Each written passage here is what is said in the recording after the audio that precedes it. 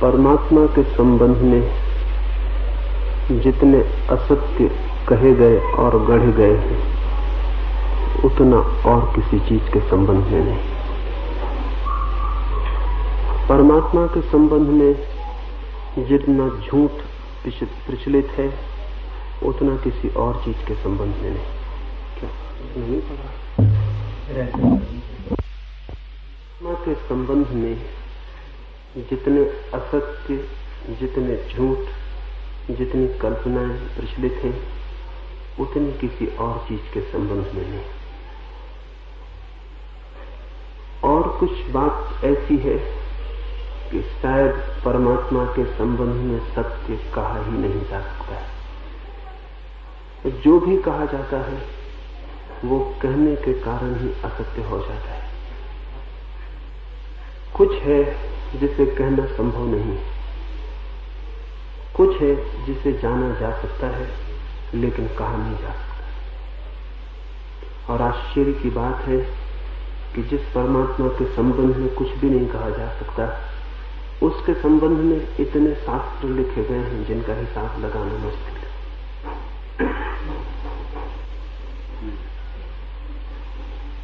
शब्द असमर्थ है। हम जो कह सकते हैं वो संसार के आगे नहीं जाता। शब्द में, भाषा में संसार से आगे की बात नहीं कही जा सकती। और इसलिए ईश्वर के संबंध में भी जो हम कहते हैं, चाहे उसे पिता कहें, चाहे मित्र कहें,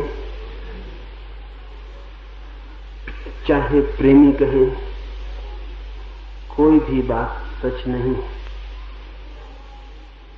क्योंकि प्रेमी से हम जो समझते हैं, मित्र से हम जो समझते हैं, पिता से हम जो समझते हैं, परमात्मा उससे बहुत भिन्न और बहुत ज्यादा है। लेकिन हमारे पास और शब्द भी नहीं है। जीवन के काम चलाऊ शब्द हमारे पास हैं, उन्हीं को हम उसके संबंध में भी प्रयोग कर लेते हैं। और इसलिए जो भी सोचा, विचारा, कहा, लिखा, पढ़ा जाता है वो हमें उसकी जरा सी भी झलक नहीं दिखा पाता है। मैंने सुना है एक फकीर एक रास्ते से गुजरता था। सर्द रात थी और उसके हाथ पैर ठंडे हो गए। उसके पास वस्त्र न थे। वो एक वृक्ष के नीचे रुका। सुबह जब उसकी नींद खुली तब हाथ पैर हिलाना भी मुश्किल था। उसने किसी किताब में पढ़ा था कि जब हाथ पैर ठंडे हो जाते हैं तो आदमी मर जाता है। किताबें पढ़ के जो लोग चलते हैं वे ऐसी ही भूल में पड़ जाते हैं। उसने सोचा कि शायद मैं मर गया हूं।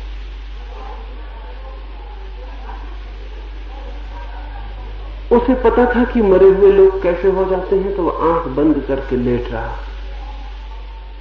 कुछ लोग रास्ते से गुजरते थे, उन्होंने उस आदमी को मरा हुआ समझ के उसकी अर्थी बनाई और उसे वे मरघट की तरफ ले चले।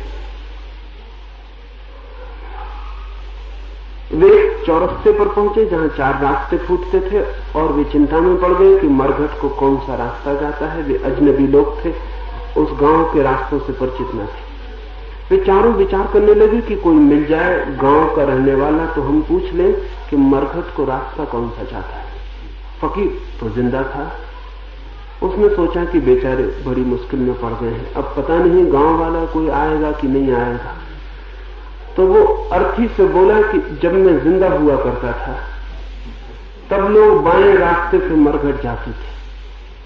हालांकि मैं मर गया हूं और अब बताने में असमर्थ हूं, लेकिन इतनी बात तो कह ही सकता हूं। उन चारों ने घबरा के अर्थी छोड़ दी। वो फकीर नीचे गिर पड़ा। उन्होंने कहा, तुम कैसे पागल हो, तुम बोलते हो, कहीं मरे हुए आदमी बोलते हैं? उस फकीर ने कहा, मैंने ऐसे जिंदा आदमी देखे जो नहीं बोलते हैं, तो इससे उल्टा भी हो सकता है कि कुछ मुर्दे ऐसे हो जो बोलते हैं। अगर कोई जिंदा आदमी चाहे तो नहीं बोले तो कोई मुर्दा आदमी चाहे तो बोल नहीं सकता है। इसमें इतनी आश्चर्य की क्या बात है, वो फकीर कहने लगा। मैंने जब ये कहानी सुनी तो मेरे मन में एक ख्याल आया, और वो ये, असलियत और भी उल्टी है। ये तो हो भी सकता है कि मुर्दा आदमी बोलता हुआ मिल जाए, ये जरा मुश्किल ही है कि जिंदा आदमी और चुप हो जाए। जिंदा आदमी न बोले, ये जरा मुश्किल ही है। यही ज्यादा आसान मालूम पड़ता है कि मरा हुआ आदमी बोल जाए। हम सब जिंदा हैं, लेकिन हमने जिंदगी में एक भी क्षण न जाना होगा जब किसी न किसी रूप में हम नहीं बोल रहे, या बाहर या भीतर। हमने न बोलने का, साइलेंस का, मौन का एक भी क्षण नहीं जाना है। हमने बहुत जन्म देखे होंगे, लेकिन वे सब जन्म शब्दों के जन्म हैं। और हमने इस जिंदगी में भी बहुत दिन व्यतीत किए, लेकिन वे सब शब्द की यात्रा के दिन हैं। जब हम बोलते हैं, नहीं बोलते तो सोचते हैं, नहीं सोचते तो सपना देखते हैं, लेकिन शब्द बोलना किसी न किसी तल पर जारी रहता है। और जिस आदमी के शब्द अभी जारी हैं, वो परमात्मा को नहीं पहचान पाएगा, क्योंकि उसकी पहचान निशब्द में, मौन में, साइलेंस में ही संभव। इसलिए परमात्मा के संबंध में सब कहा गया झूठ हो जाता है, क्योंकि उसे जब जाना जाता है तब शब्द नहीं होते, विचार नहीं होते, थॉट नहीं होता, थिंकिंग नहीं होती, सब समाप्त हो जाता है, तब उसका अनुभव होता है। और जब हम उसे कहने जाते हैं, बताने जाते हैं, तब शब्द वापस उपयोग करने पड़ते हैं। जिसे निशब्द में जाना है उसे शब्द में नहीं कहा जा सकता। जिसे मौन में जाना है उसे वाणी कैसे प्रकट करेगी, और जिसे चुप्पी में, गहन चुप्पी में अनुभव किया है, उसे बोलकर कैसे बताया जा सकता है। इसीलिए नास्तिक जीत जाते हैं अगर आस्तिक से विवाद करें। आस्तिक की हार निश्चित है। आस्तिक नास्तिक से कभी भी जीत नहीं सकता। न जीतने का कारण, नास्तिक इंकार करता है, इंकार शब्दों में हो सकता है। आस्तिक स्वीकार करता है, स्वीकृति को शब्दों में बताना कठिन है। इसलिए आस्तिक निरंतर मुश्किल में रहा है। लेकिन आप अपने को आस्तिक मत समझ लेना, क्योंकि आस्तिक पृथ्वी पर मुश्किल से कभी कोई पैदा होता है।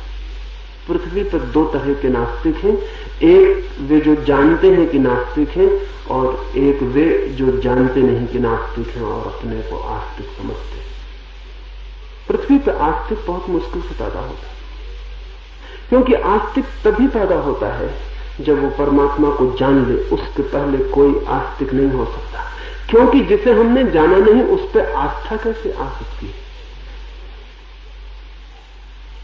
जिसे हम जाने उसी पर आस्था आ सकती है। लेकिन सारी दुनिया में बड़ी अजीब बातें सिखाई जाती है। आदमी को पता ही नहीं परमात्मा का, और हम उसे आस्था सिखा देते हैं, बिलीफ सिखा देते हैं। उसे कहते हैं मानो। एक बच्चा पैदा हुआ, उसे हम कहते हैं कि मानो परमात्मा है। ध्यान रहे, जिस चीज को भी कोई मान लेगा वो फिर उसे जान नहीं सकता। मानना बहुत खतरनाक है, बिलीफ बहुत खतरनाक है। मैं एक छोटे से अनाथालय में गया, कोई 100 बच्चे थे, और अनाथालय के संयोजकों ने मुझे कहा हमारे बच्चों को हम धर्म की भी शिक्षा देते हैं। मैं थोड़ा चकित हुआ। मैंने कहा धर्म की शिक्षा? धर्म की साधना तो हो सकती है, शिक्षा नहीं होती। धर्म की शिक्षा हो ही नहीं सकती, सिर्फ साधना ही हो सकती है। शिक्षा उन चीजों की हो सकती है जो हमसे बाहर कोई दूसरा उन्हें हमें बता सकता है, लेकिन जो हमारे भीतर है, हमारे सिवाय और कोई उसे नहीं बता सकता। उसकी तरफ कोई इशारा ही नहीं हो सकता है, और जो भी इशारा होगा वो झूठ हो जाएगा। फिर भी मैंने कहा आप कहते हैं तो मैं चलूंगा। मैं गया। उन्होंने कहा आपको पता नहीं, हम सच में ही शिक्षा देते हैं। 100 बच्चे थे, अनाथ बच्चे थे, अब अनाथ बच्चों को तो जो भी सिखाया जाए सीखना ही पड़ेगा। उन संयोजक ने उन बच्चों से पूछा ईश्वर है? उन सब बच्चों ने हाथ ऊपर उठा दिए, जैसे कोई गणित का सवाल हो या जैसे कोई भूगोल या इतिहास की बात हो। उन बच्चों ने हाथ ऊपर उठा दिए कि हाँ ईश्वर है। 100 बच्चों ने। मैं बहुत चकित हुआ। मैंने कहा आदमी मरते तक पता नहीं लगा पाता ईश्वर के होने का, इन बच्चों को अभी से पता लग गया। ये बिल्कुल चमत्कार है। उन संयोजक ने पूछा कि आत्मा है? उन बच्चों ने फिर हाथ उठा दिए। उन संयोजक ने पूछा आत्मा कहां है? उन बच्चों ने हृदय पर हाथ रख दिए कि यहां। मैंने एक छोटे से बच्चे से पूछा कि तुम बताओगे हृदय कहां है? उसने कहा ये तो हमें सिखाया नहीं गया, जो सिखाया गया है वो हम बता रहे हैं। ये हमारी किताब में ही नहीं लिखा हुआ है। आप पूछते हैं हृदय कहां है? उसने लिखा है आत्मा यहां, वो हम बता रहे हैं। ये बच्चे कल बड़े हो जाएंगे, बूढ़े हो जाएंगे। सभी बच्चे एक दिन बूढ़े होते हैं। जो बूढ़े हो गए हैं वो भी एक दिन बच्चे ही थे। ये बच्चे कल बड़े होंगे, बूढ़े होंगे और भूल जाएंगे कि वो हाथ जो इन्होंने ईश्वर के लिए उठाया था, सिखाया हुआ हाथ, सिखाए हुए हाथ झूठे हाथ होते हैं। बुढ़ापे में भी इनसे कोई पूछेगा ईश्वर है, वो बचपन से सीखी गई बात उठ के खड़ी हो जाएगी। ये कहेंगे हाँ ईश्वर है, लेकिन वो बात सरासर झूठी होगी क्योंकि सिखाई गई है, जानी नहीं गई है। रूस में बच्चों को वे दूसरी बात सिखाते हैं कि ईश्वर नहीं है, बच्चे वही सीख लेते। बच्चों को सिखाते हैं ईश्वर नहीं है तो 20 करोड़ का मुल्क कहता है कि ईश्वर नहीं। मेरे एक मित्र रूस गए थे, एक स्कूल में देखने गए थे। एक स्कूल के छोटे छोटे बच्चों से उन्होंने पूछा ईश्वर है? तो एक छोटे से बच्चे ने कहा, और सारे बच्चे हंसने लगे कि आप भी कैसी बातें पूछते हैं, एब्सर्ड, बेमानी। एक छोटे से बच्चे ने कहा गॉड वाज, ईश्वर हुआ करता था 1917 के पहले। अब कहां? जब दुनिया में अज्ञान था तब ईश्वर था, अब कहां? रूस में अब कोई ईश्वर नहीं। हमको हंसी आएगी, लेकिन हम भी उन बच्चों से भिन्न नहीं है। भिन्नता इस बात में है सिर्फ कि उन्हें सिखाया गया है कि ईश्वर नहीं है, हमें सिखाया गया है कि ईश्वर है। लेकिन दोनों थोथी बातें हैं क्योंकि दोनों सिखाई गई। न वे जानते हैं कि ईश्वर नहीं है, न हम जानते हैं कि ईश्वर है। हमारी हालत बिल्कुल एक जैसी है। उन्हें लोग नास्तिक कहेंगे, हमें लोग आस्तिक कहेंगे। फिर आस्तिकों में भी 1000 तरह के भेद हैं। हिंदू कुछ और सीख लेता है, मुसलमान कुछ और सीख लेता है, जैन कुछ और सीख लेता है, बौद्ध कुछ और सीख लेता है। जो भी हमें सिखा दिया जाता है हम वही सीख लेते हैं। तो फिर और कोई ज्ञान है या कि जो सिखा दिया गया वही ज्ञान है? अगर सिखाया हुआ ज्ञान है तब हो सकता है एक दिन दुनिया में ईश्वर न रह जाए, क्योंकि सारी दुनिया को सिखाया जा सकता है कि ईश्वर नहीं। सिखाया हुआ ज्ञान नहीं, सिखाया हुआ तोते की तरह रटन। और इस तोते की तरह रटन करने वाले लोगों को हम आस्तिक समझ लेते हैं, इससे बड़ी भ्रांति हो जाती है। आस्तिक मुश्किल से ही पैदा होता है। असल में आस्तिक तब पैदा होता है जब हम जान पाते हैं कि वो क्या है, सत्य क्या है, जो है वो क्या है, दैट विच इज, वो क्या है जो है, जब हम उसे जानते हैं। लेकिन ध्यान रहे जो पहले से विश्वास कर लेता है वो कभी जान नहीं सकेगा। अगर आप जाने बिना ही नास्तिक बन गए हैं, आस्तिक बन गए हैं, हिंदू बन गए हैं, मुसलमान बन गए हैं, तो आप भटक गए, फिर आप कभी भी नहीं जान सकेंगे, क्योंकि आपने पहले ही उस बात को स्वीकार कर लिया है जिसे आप नहीं जानते। और जो व्यक्ति इतनी भी हिम्मत नहीं जुटा पाता कि कह सके जिस बात को नहीं जानता है, कह सके कि नहीं जानता हूं, वो व्यक्ति कैसे सत्य की खोज कर सकता है? सत्य की खोज की, परमात्मा की खोज की पहली शर्त यह है कि हम किन्हीं विश्वासों में न पड़े, हम किसी पक्ष को स्वीकार न करें, हम खोजने निकले।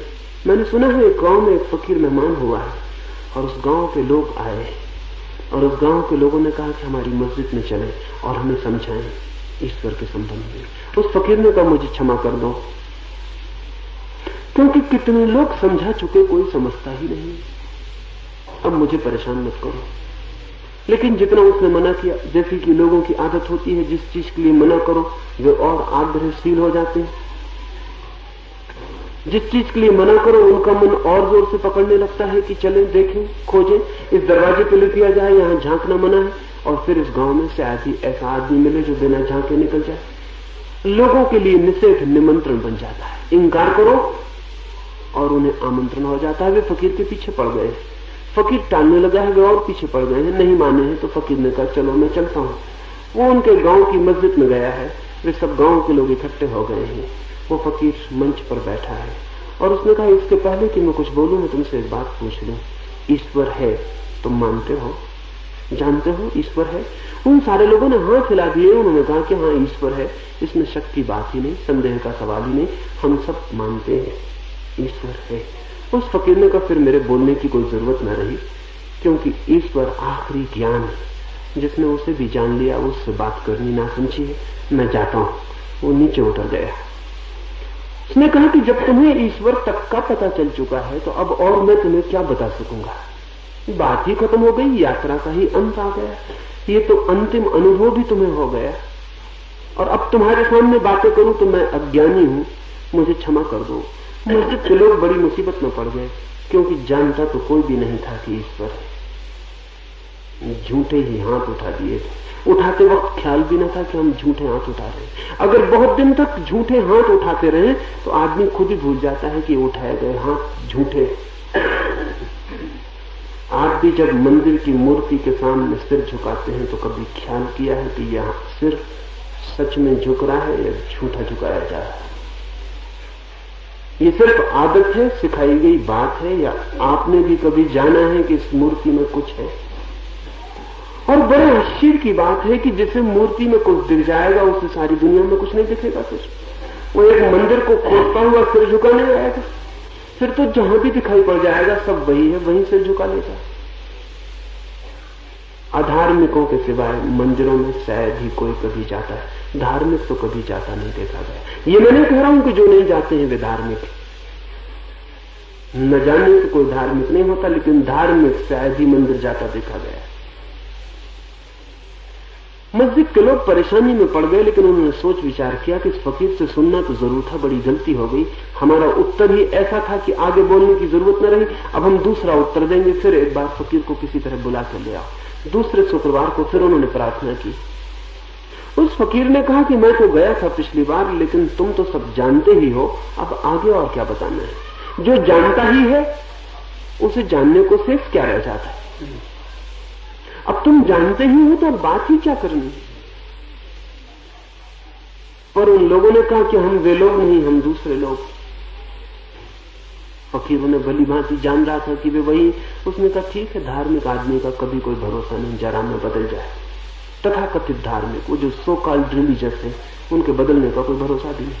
अभी कुरान पढ़ रहे हैं, अभी छाती में छुरा भोंकते हैं, अभी गीता पढ़ रहे थे, अभी किसी की स्त्री को लेकर भाग जाए, इसमें कोई कठिनाई नहीं। धार्मिक आदमी से ज्यादा गैर भरोसे का आदमी ही पृथ्वी पर अब तक नहीं पाया गया, क्योंकि जिसको हम धार्मिक कहते हैं सच में वो धार्मिक ही नहीं, थोथा, सूडो रिलीजियस, झूठा, सिर्फ माना हुआ धार्मिक है। धर्म का उसके जीवन में कोई संबंध नहीं।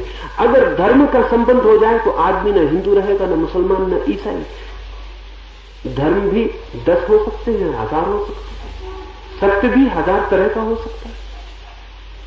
तो गणित एक तरह की होती है, चाहे तिब्बत में हो, चाहे चीन में हो, चाहे हिंदुस्तान में हो, चाहे रूस में, सब जगह गणित एक है।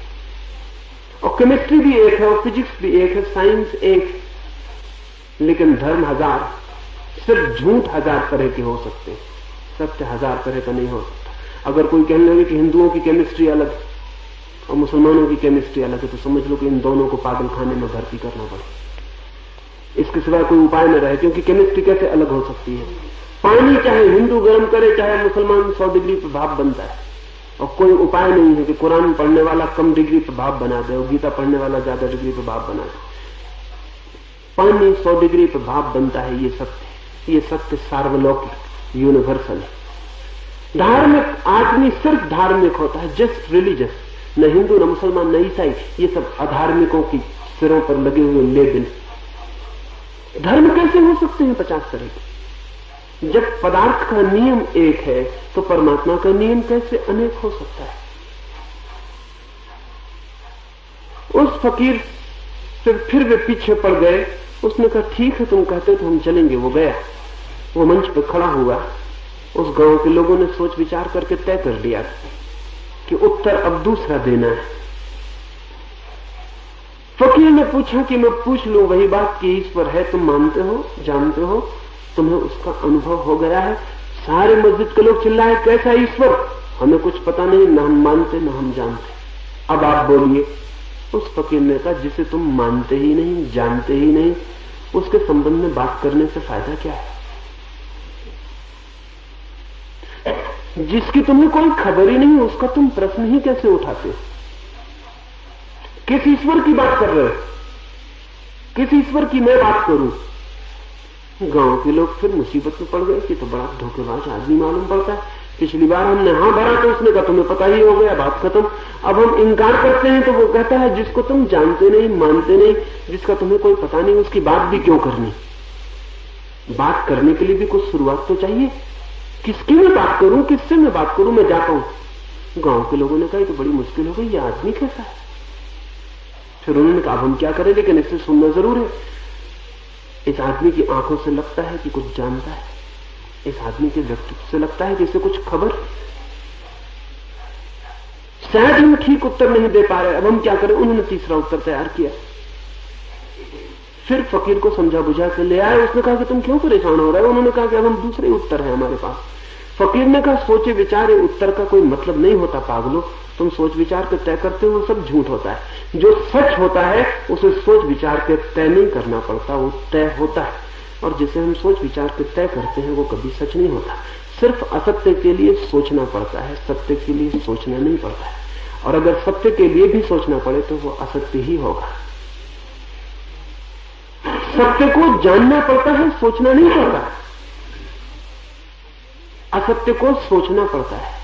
इसलिए असत्य बोलने वाला सोच विचार में, चिंता में, परेशानी में पड़ जाता है। सत्य बोलने वाले को परेशानी नहीं होती, क्योंकि चिंता का कोई कारण नहीं है। जो है वो है, जो नहीं है वो नहीं है। फिर भी वे गांव के लोग नहीं माने। उन्होंने कहा एक बार और चले चले, बड़ी कृपा होगी। वो गया। वो फकीर फिर मंच पे खड़ा हो गया है। उसने फिर पूछा है कि मित्रों मैं फिर वही बात पूछ लूं, ईश्वर है, तुम मानते हो, जानते हो, पहचानते हो, कुछ खबर है उसकी? तो मस्जिद के लोगों ने तय किया था अगर हम भी होते, हम भी उस गांव में होते, या हो सकता है हम में से कुछ लोग उस गांव में रहे भी हो, तो हमने भी यही तय किया होता। आधी मस्जिद के लोगों ने कहा कि हाँ हम ईश्वर को मानते हैं, आधे लोगों ने कहा हम नहीं मानते। अब आप बोलिए।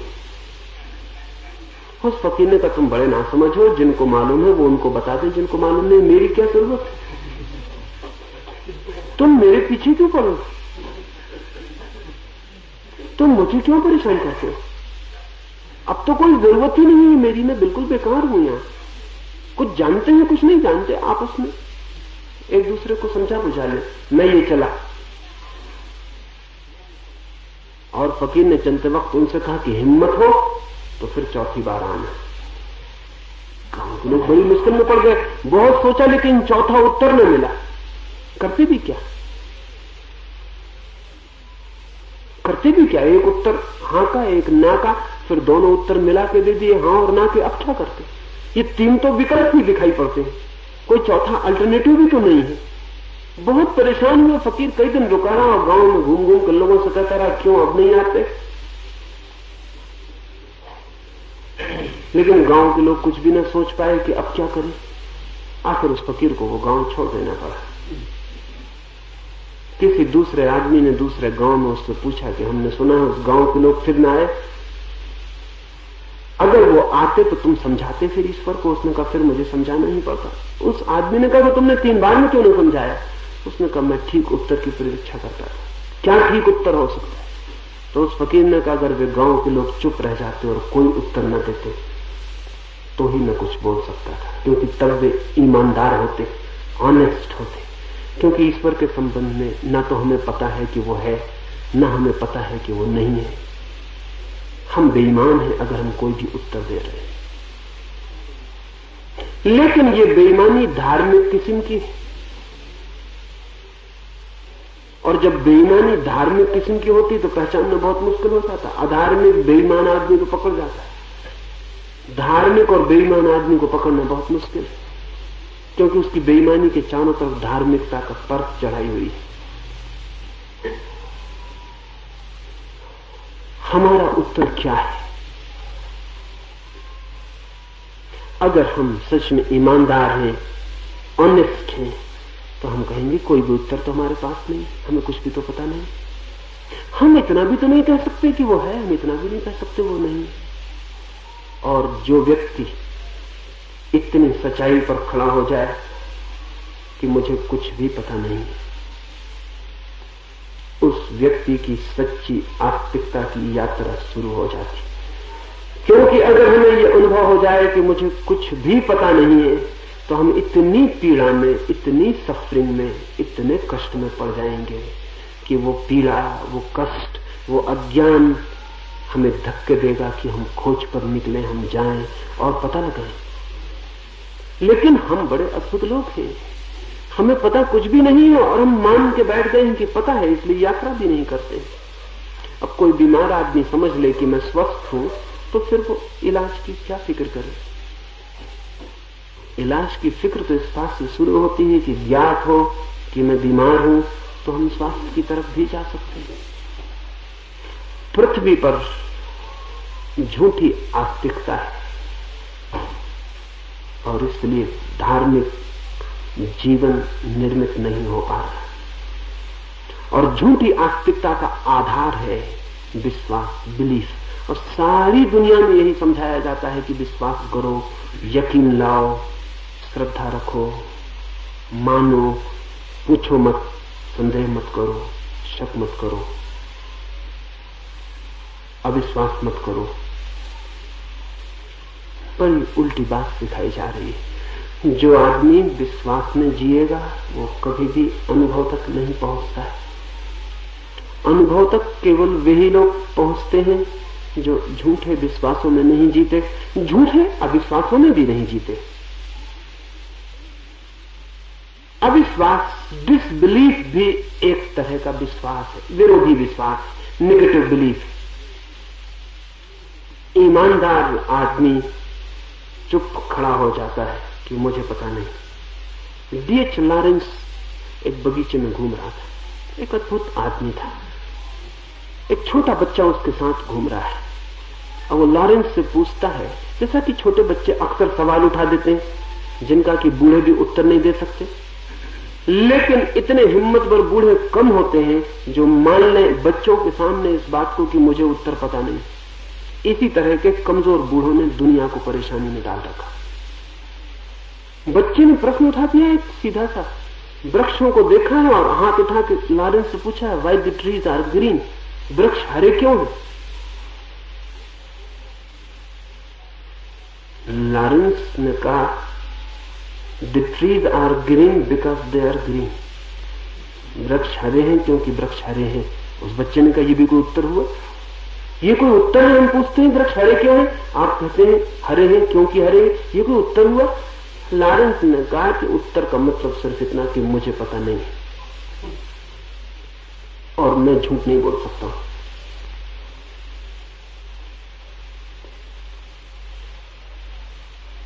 इस आदमी का भाव देखते हैं, वो कहता मुझे पता नहीं। ये धार्मिक आदमी का पहला लक्षण कि वो साफ होगा इस बात में कि मुझे क्या पता है और क्या पता नहीं। क्या आप साफ हैं?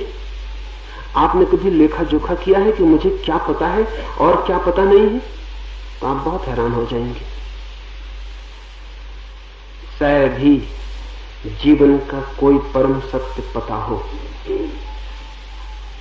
लेकिन जिन बातों का हमें बिल्कुल पता नहीं है, हम बहुत जोर से टेबल ठोक ठोक कहते हैं कि हमें पक्का पता है।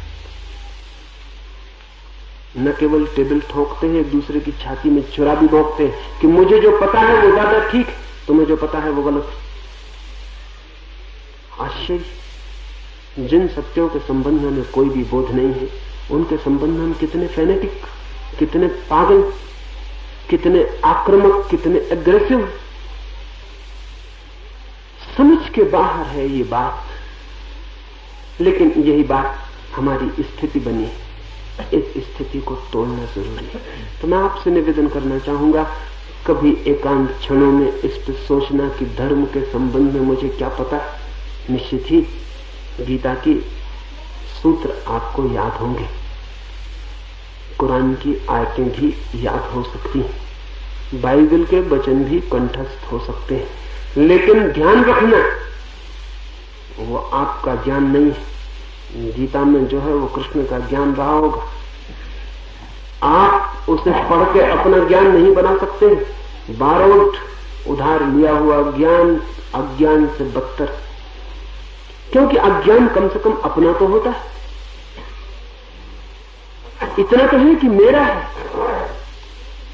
कम से कम प्रमाणिक ऑथेंटिक तो होता है कि मेरा है। ज्ञान उधार है सब, और अज्ञान हमारा। ध्यान रहे, मेरे अज्ञान को मैं सारी दुनिया के ज्ञान को भी इकट्ठा कर लूं तो भी नहीं मिटा सकता, क्योंकि अज्ञान मेरा है और ज्ञान दूसरे का है। दूसरे का ज्ञान मेरे अज्ञान को मिटा नहीं सकता। कैसे मिटा सकता है? दोनों कहीं कटते ही नहीं, दोनों कहीं एक दूसरे को स्पर्श भी नहीं करते। दूसरे का ज्ञान अज्ञान से भी खतरनाक हो सकता है। मैंने सुना है एक अंधा आदमी अपने एक मित्र के घर मेहमान, रात बहुत भोजन बने हैं, खीर बनी है। उस अंधे आदमी ने अपने मित्रों से पूछा, ये खीर क्या है? ये किस चीज को तुम खीर कहते हो? ये कैसी है? किससे बनी है? मुझे कुछ समझाओ, मुझे बहुत पसंद पड़ी। मित्र समझदार रहे होंगे। दुनिया में ना समझ आदमी तो मुश्किल से ही मिलता है, सभी समझदार है। वो भी समझदार थे। उन्होंने संध्या आदमी को बताया कि खीर जो है वो दूध से बनी है। उस संध्या आदमी ने कहा कि ये दूध क्या है, कैसा होता है, क्या है रंग, क्या है रूप? उन समझदारों ने कहा कि दूध बिल्कुल शुभ्र सफेद होता है। उस संध्या आदमी ने कहा, मुझे मुश्किल में डाल दे रहे हो। मेरा पहला प्रश्न वहीं के वहीं खड़ा रहता है, तुम जो जवाब देते हो उससे और नए प्रश्न खड़े हो जाते हैं। ये सफेदी क्या भला है? ये सफेदी क्या है? ये सफेदी कैसी होती है? ये शुभ्र किसको कहते हो तुम? समझदार कम समझदार न थे।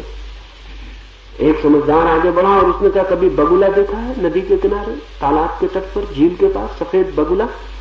ठीक बगुले के पंखों जैसा सफेद होता है दूध।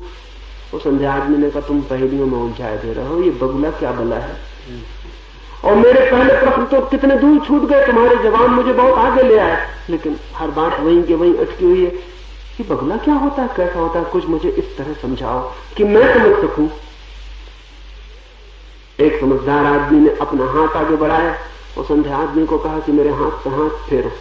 संध्या आदमी ने हाथ पे हाथ फेरा। ये कुछ समझ में आने वाली बात थी, क्योंकि अंधे को स्पर्श अनुभव हुआ। उस समझदार आदमी ने कहा कि जैसे मेरे हाथ पर तुमको सुडौल मालूम होता है, ऐसे ही बगुले की गर्दन सुडौल होती है। वो अंधा आदमी खड़े होकर नाचने लगा। उसने कहा, मैं समझ गया कि दूध सब सुडौल हाथ की तरह होता है। मैं बिल्कुल समझ गया। वे सब मित्र कहने लगे, क्षमा करो क्षमा करो, इससे तो बेहतर था कि तुम न जानते थे। ये जानना तो और मुश्किल में डाल देगा।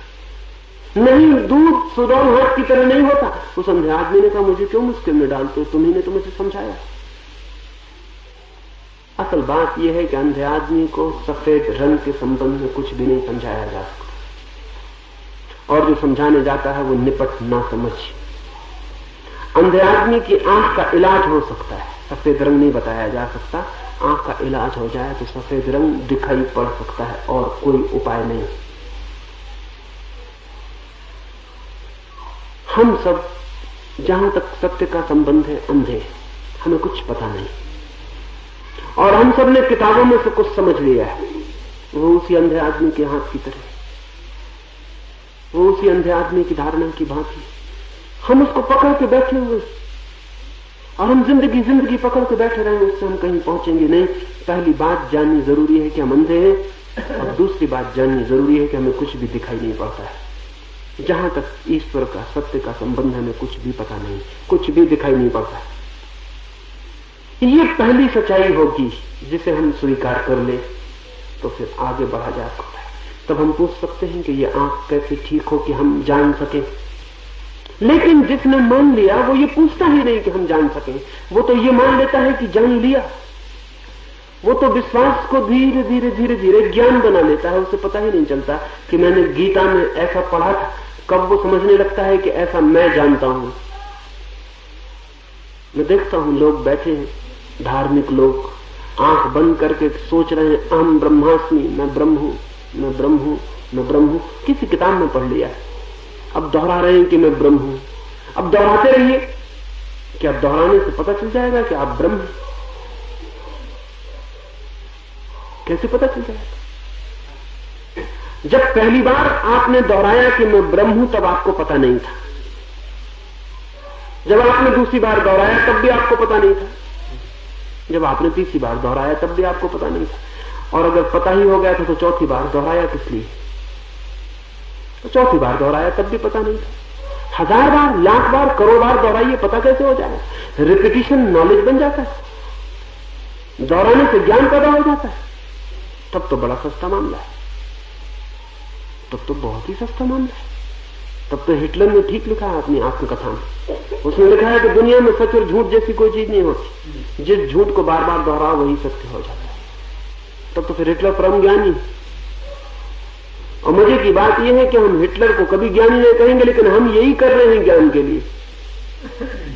हाँ, ये बात जरूर सच है कि अगर असत्य को भी बार बार दोहराया जाए तो हम धीरे धीरे ये भूल जाते हैं कि ये असत्य। दूसरा नहीं, हम खुद भूल जाते हैं।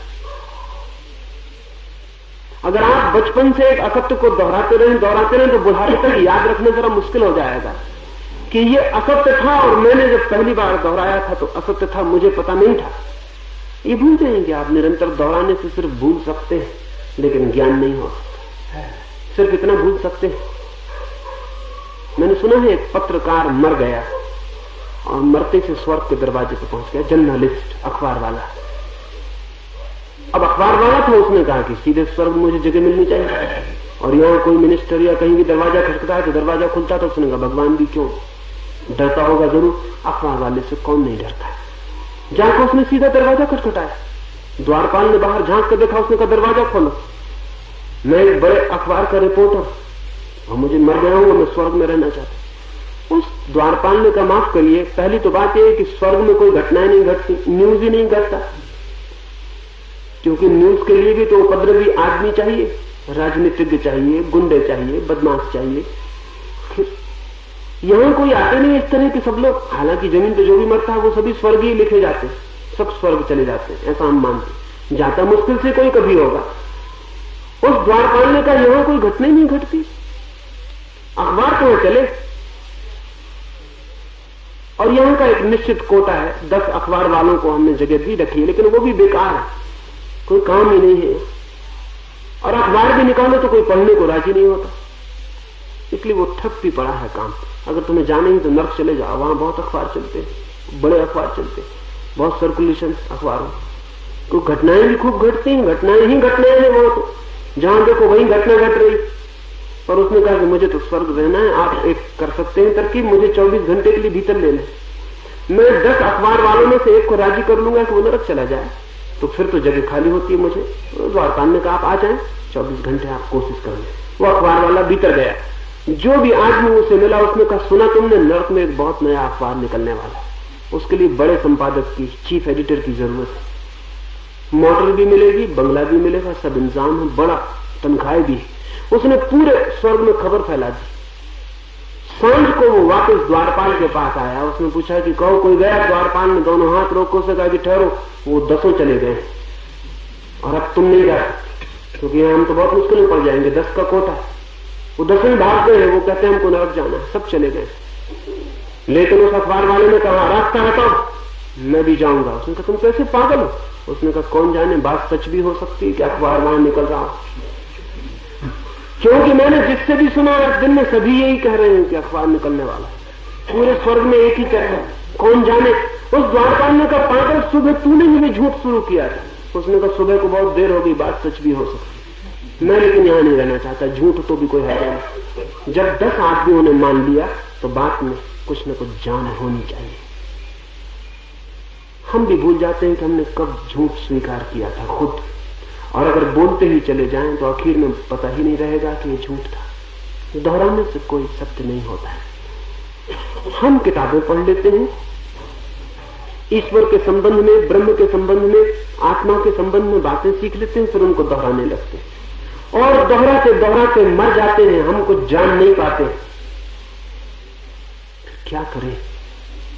मैं आपसे निवेदन करना चाहता हूं, पहली बात तो ये समझे कि हम अज्ञानी हैं, परम अज्ञानी, एब्सोल्यूट इग्नोरेंस है सत्य के संबंध में। ये पहला सत्य होगा, ये पहला चरण होगा मंदिर का, परमात्मा का। और जब परम अज्ञान है हमारा और दूसरे के ज्ञान से ज्ञान मिल नहीं सकता, कितनी ही गीता कंठस्थ करो और कितने ही ब्रह्मसूत्र पढ़ो, ज्ञान नहीं मिल सकता किसी किताब से, न किसी गुरु से। ट्रांसफरेबल नहीं, ये कोई ऐसी चीज नहीं कि किसी ने मुट्ठी भरी और आपको दी। अगर ऐसा होता तो एक ही गुरु सारी दुनिया में ज्ञान बांट जाता, फिर कोई जरूरत न थी। कोई किसी को ज्ञान दे नहीं सकता। अगर मृत्यु को जानना है तो खुद मरना पड़ता है, और अगर ज्ञान को उपलब्ध करना है तो खुद उस मार्ग से गुजरना पड़ता है जहां ज्ञान उपलब्ध होता है। क्या है वो मार्ग?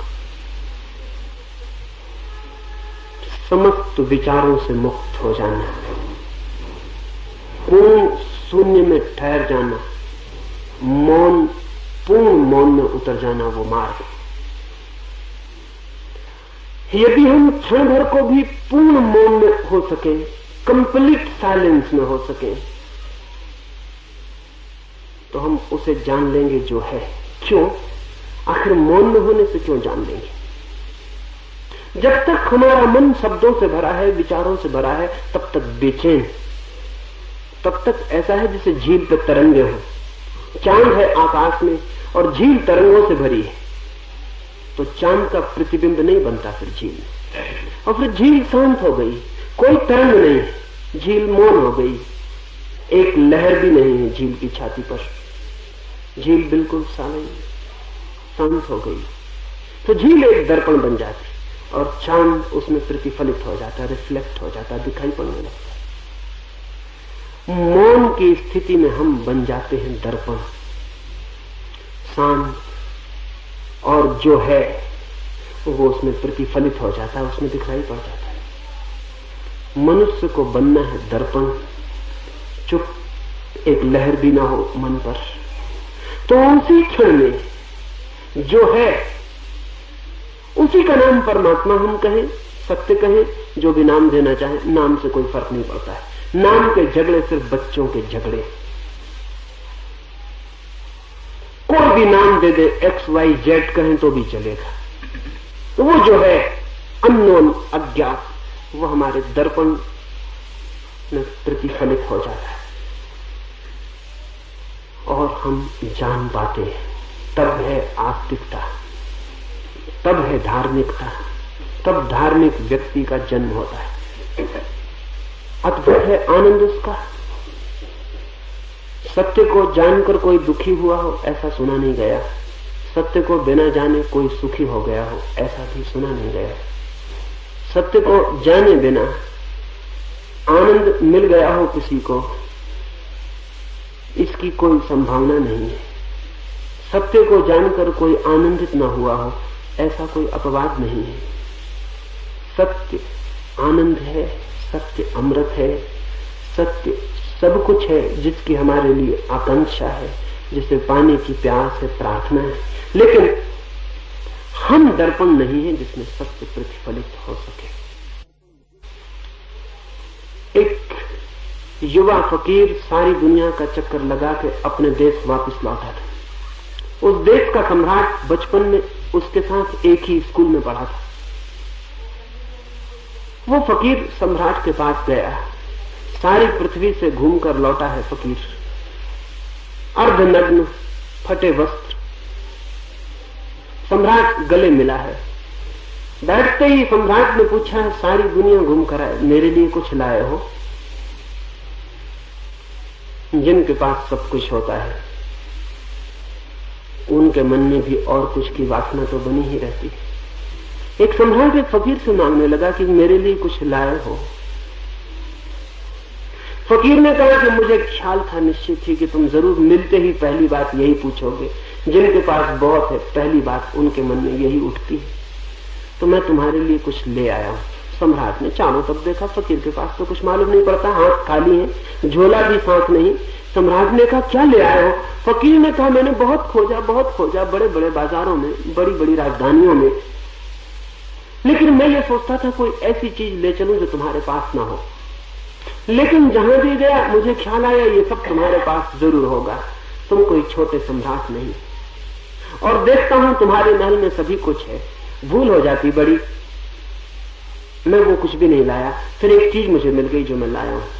सम्राट तो खड़ा हो गया, उसने कहा ऐसी कोई चीज लाए हो जो मेरे पास नहीं है? देखे, जल्दी निकालो, मेरी उत्सुकता को ज्यादा मत बढ़ाओ। उस फकीर ने खीसे में हाथ डाला, फटे कुर्ते से एक छोटा सा 2 पैसे का दर्पण, 2 पैसे का मिरर निकाल के सम्राट को दे दिया। सम्राट ने कहा पागल हो गए हो, मेरे पास बड़े बड़े दर्पण हैं, ये तुम 2 पैसे का दर्पण लाए हो तो मेरे पास नहीं होगा, कैसे पागल हो? उस फकीर ने कहा ये दर्पण साधारण नहीं है, इसमें अगर देखोगे तो तुम अपने को ही देख लोगे। दूसरे दर्पण में सिर्फ शरीर दिखा होगा, इसमें तुम ही दिख जाओगे। कागज में लिखता हुआ है दर्पण। सम्राट ने कहा मैं इसे खोल के देखूं।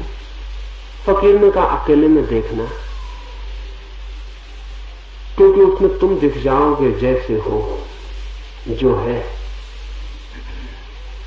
फिर फकीर चला गया। एकांत होते ही सम्राट ने कागज फाड़ा। एक साधारण सा दर्पण है जिसको दर्पण कहना भी मुश्किल है, अत्यंत दीन दरिद्र दर्पण है, लेकिन उस दर्पण पर एक वचन लिखा हुआ है कि और सब दर्पण व्यर्थ है, एक ही दर्पण सार्थक है। वो वही दर्पण है जो तुम बन सकते हो। मौन हो जाओ, चुप हो जाओ, चित्त की सब तरंगें बंद कर दो। उसी दर्पण में देख सकोगे तुम कौन, और जो स्वयं को देख ले वो सबको देख लेता है। एक बार झलक मिल जाए शांत होकर जीवन की, तो सब मिल जाता है। लेकिन हम खोजते हैं शास्त्रों में, शास्त्रों में कभी ना मिलेगा। हम खोजते हैं गुरुओं के पास, कभी ना मिलेगा। कोई किसी को दे सकता नहीं है हमारे पास, और हम खोजते हैं कहीं और, तो भटकते रहते हैं। एक ही बात आपसे कहना चाहता हूं, वो ये, अज्ञान को समझें और अज्ञान को झूठे ज्ञान से ढांके मत। उधार ज्ञान से अपने अज्ञान को भुलाए मत। उधार ज्ञान को दोहरा दोहरा के जबरदस्ती ज्ञान बनाने की व्यर्थ चेष्टा में न लगे। ऐसा न कभी हुआ है, न हो सकता है। एक ही उपाय, और जिस उपाय से सबको हुआ है, कभी भी हुआ है, कभी भी होगा, और वो उपाय यह है कि कैसे हम दर्पण बन जाएं। Just to be a mirror.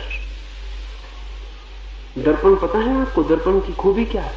दर्पण की खूबी यह है कि उसमें कुछ भी नहीं है, वो बिल्कुल खाली। इसीलिए तो जो भी आता है उसमें दिख जाता है। अगर दर्पण में कुछ हो तो फिर दिखेगा नहीं। दर्पण में कुछ भी नहीं टिकता, दर्पण में कुछ है ही नहीं, दर्पण बिल्कुल खाली। दर्पण का मतलब है टोटल एम्प्टीनेस, बिल्कुल खाली, कुछ है ही नहीं उसमें, जरा भी बाधा नहीं। अगर जरा भी बाधा हो तो फिर दूसरी चीज पूरी नहीं दिखाई पड़ेगी। जितना कीमती दर्पण उतना खाली, जितना सस्ता दर्पण उतना थोड़ा भरा हुआ। बिल्कुल पूरा दर्पण हो तो उसका मतलब यह है कि वहां कुछ भी नहीं है, सिर्फ कैपेसिटी टू रिफ्लेक्ट, कुछ भी नहीं, सिर्फ क्षमता है एक प्रतिफलन की, जो भी चीज सामने आए वो दिख जाए। क्या मनुष्य का मन ऐसा दर्पण बन सकता है? बन सकता है। और ऐसे दर्पण बने मन का नाम ही ध्यान है, मेडिटेशन है। ऐसा जो दर्पण जैसा बन गया मन है, उसका नाम ध्यान है। ऐसे मन का नाम ध्यान है। ध्यान का मतलब ये नहीं है कि राम राम राम राम राम राम कर रहे हैं, ध्यान का कोई संबंध नहीं। ये फिर लहर चल रही है, राम राम की नाम की चल रही, इससे क्या फर्क पड़ता है? कि ओम ओम ओम ओम कर रहे हैं, वो भी लहर चल रही है, ओम की चल रही है, इससे क्या फर्क पड़ता है? कोई लहर न रह जाए शब्द की, कोई विचार न रह जाए, कुछ भी न रह जाए, बस खालीपन रह जाए, तो उस खालीपन में हम उसे जान लेंगे जो चारों तरफ मौजूद है। भगवान को खोजने कहीं कोई हिमालय पर, कोई एवरेस्ट पर थोड़ी जाना है, न किसी चांद तारे पर जाना है, वो है यही सब जगह। सच तो यह है कि वही है, उसके अतिरिक्त और कुछ भी नहीं। इसलिए जो पूछता है कहां खोजने जाऊं, वो पागल है। कोई अगर ये पूछे कि कोई ऐसी जगह बताओ जहां भगवान ना हो, तो समझ में आ सकता है कि ये आदमी कुछ खोजने निकला है। लेकिन कोई कहता है मुझे वो जगह बताओ जहां भगवान है, तो समझना ये आदमी पागल है, क्योंकि ऐसी कोई जगह ही नहीं है जहां वो नहीं है। असल में होना मात्र वही है, जो भी है वही है, उसके अतिरिक्त कुछ और भी नहीं। ईश्वर का मतलब है अस्तित्व, एग्जिस्टेंस जो है। फिर कमी क्या है? हम खोज क्यों नहीं पाते उसे? कमी शायद इतनी ही है कि हम दर्पण नहीं है जिसमें वो झलक जाए। हम भीतर भरे हैं और वो नहीं झलक पाता, हम भीतर तरंगों से भरे हैं और वो नहीं झलक पाता है। इसलिए कहीं खोजने न जाएं, सिर्फ चुप बैठे, मौन बैठे और धीरे धीरे इस दिशा में थोड़ा प्रयोग करें कि कैसे मन के विचार क्षीण होते चले जाएं, क्षीण होते चले जाएं, और एक दिन आ जाए जिस दिन मन में कोई विचार ना हो, हम हो, वह हो, और बीच में कोई विचार ना हो। बस उसी क्षण मिलन हो जाता है। और ये भी कठिन नहीं है, बहुत कठिन है, बहुत कठिन नहीं है। कठिन तो है ही, लेकिन बहुत कठिन नहीं है, असंभव नहीं। कैसे ये संभव होगा? एक छोटा सा सूत्र अपनी बात में पूरी कर दूंगा। एक छोटे से सूत्र को ध्यान में रख ले, ये संभव हो जाएगा। आधा घंटे को चुपचाप बैठ जाएं रोज 24 घंटे में, और कुछ भी ना करें, बस मन को देखते रहें, सिर्फ देखते रहें, जस्ट ऑब्जर्वेशन, सिर्फ देखते रहें। ये हो रहा है, ये हो रहा है, ये हो रहा है, मन में ये विचार आया, वो विचार आया, आया गया, आया गया, भीड़ है लगी है, रास्ता चल रहा है, बस चुपचाप देखते रहें, देखते रहें, देखते रहें। कुछ भी ना करें, माला भी ना फेरें, राम राम भी ना जपें, मंत्र भी ना दोहराएं, कुछ भी ना करें, बस इस मन को देखते रहें कि ये विचार चल रहे हैं, ये चल रहे हैं, ये जा रहे हैं, ये आ रहे हैं। रोकें भी ना किसी विचार को, झगड़े भी ना, दबाएं भी ना, किसी विचार को निकालें भी ना, क्योंकि किसी विचार को निकालने गए कि फिर कभी ना निकाल पाएंगे, असंभव है वो बात। दबाया किसी को तो फिर उससे कभी छुटकारा ना होगा, वो छाती में दबा हुआ खड़ा ही रहेगा सदा। लड़े किसी से कि हारे, लड़ना ही मत विचार से, जो विचार से लड़ेगा वो हारेगा। क्यों?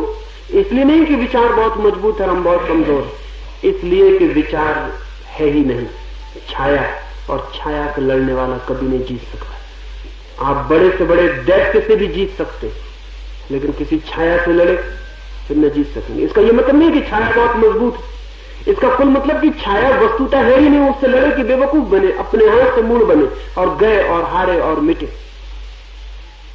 लड़ना मत, जूझना मत, निर्णय मत करना, रोकना मत, चुपचाप बैठ के देखते रहना मन को। और अगर थोड़ा साहस रखा और भयभीत न हुए और भागे ना और देखते रहे, क्योंकि भय लगेगा, क्योंकि जब मन को देखने बैठेंगे तो पाएंगे क्या मैं पागल हूं। अगर 10 मिनट एकांत में बैठ के मन में जो चलता हो उसे लिख डालें ईमानदारी से, तो पति अपनी पत्नी को ना बता सकेगा, पत्नी अपने पति को ना बता सकेगी, मित्र अपने मित्र को ना बता सकेगा कि ये मेरे दिमाग में चलता है। और अगर बताया तो घर भर के लोग चौंक के देखेंगे और कहेंगे कि जल्दी अस्पताल ले चलो, ये बातें तुम्हारे दिमाग में चलती। हालांकि जो कहेगा कि तुम पागल मालूम पड़ते हो वो भी 10 मिनट बैठेगा तो यही उसको भी पता चलेगा, और जिस डॉक्टर के पास वो ले जा रहे हैं अगर वो भी 10 मिनट बैठेगा तो यही उसको भी पता चलेगा। भयभीत न हुए, अगर भागे ना, डरे ना, चुपचाप देखते रहे, मन बिल्कुल पागल जैसा मालूम पड़ेगा। पागल में और हम में कोई बुनियादी फर्क नहीं, सिर्फ डिग्री का फर्क होता है। कोई 98 डिग्री का पागल है, कोई 100 डिग्री का, कोई 102 की भाप पर निकल गया, आगे चला गया। इसलिए तो देर नहीं लगती। एक आदमी का दिवाला निकला तब तक वो ठीक था, कल तक, अभी दिवाला निकला वो पागल हो गया। एक आदमी ठीक था, उसकी पत्नी मर गई, वो पागल हो गया। एक आदमी ठीक था, कुछ गड़बड़ हुई, पागल हो गया। डिग्री का फर्क है, एक डिग्री इधर था, जरा एक ताप बढ़ गया, उस तरफ हो गया। पागल खानों में जो है और पागल खानों के जो भीतर है, उनके बीच दीवार का ही फासला है, ज्यादा फासला नहीं। और कोई भी आदमी फौरन दीवार के भीतर हो सकता है। हम सब उत्ताप के करीब ही रहते हैं, लेकिन संभाले संभाले चलते हैं। तो जब बैठ के देखेंगे तो लगेगा एकदम मैडनेस, पागलपन। पर साहस रखना और देखते चले जाना, मत डरना, मत भागना। तो धीरे धीरे धीरे धीरे पागलपन छीन हो जाता, सिर्फ देखने से, कुछ भी न करने से। धीरे धीरे भीतर एक नई चेतना जगने लगती, देखने वाले की, दृष्टा की, साक्षी की, और विचार खोने लगते। एक दिन आ जाता है, निश्चित आ जाता है, जब विचार धीरे धीरे धीरे समाप्त हो जाते, सिर्फ हम रह जाते हैं और कोई विचार नहीं रहता। सिर्फ चेतना रह जाती है, फ्लेम की तरह, एक ज्योति की तरह, जरा भी कपती नहीं, जरा भी हिलती नहीं। बस उसी अकंप, अडोल, अचल चेतना में वो दर्पण बन जाता है जिसमें प्रभु के दर्शन होते हैं। परमात्मा करे इस दिशा में ख्याल आ जाए। मेरी बातों को इतने प्रेम और शांति से सुना, उससे बहुत अनुग्रहित, और अंत में सबके भीतर बैठे परमात्मा को प्रणाम करता हूं। मेरे प्रणाम स्वीकार करें।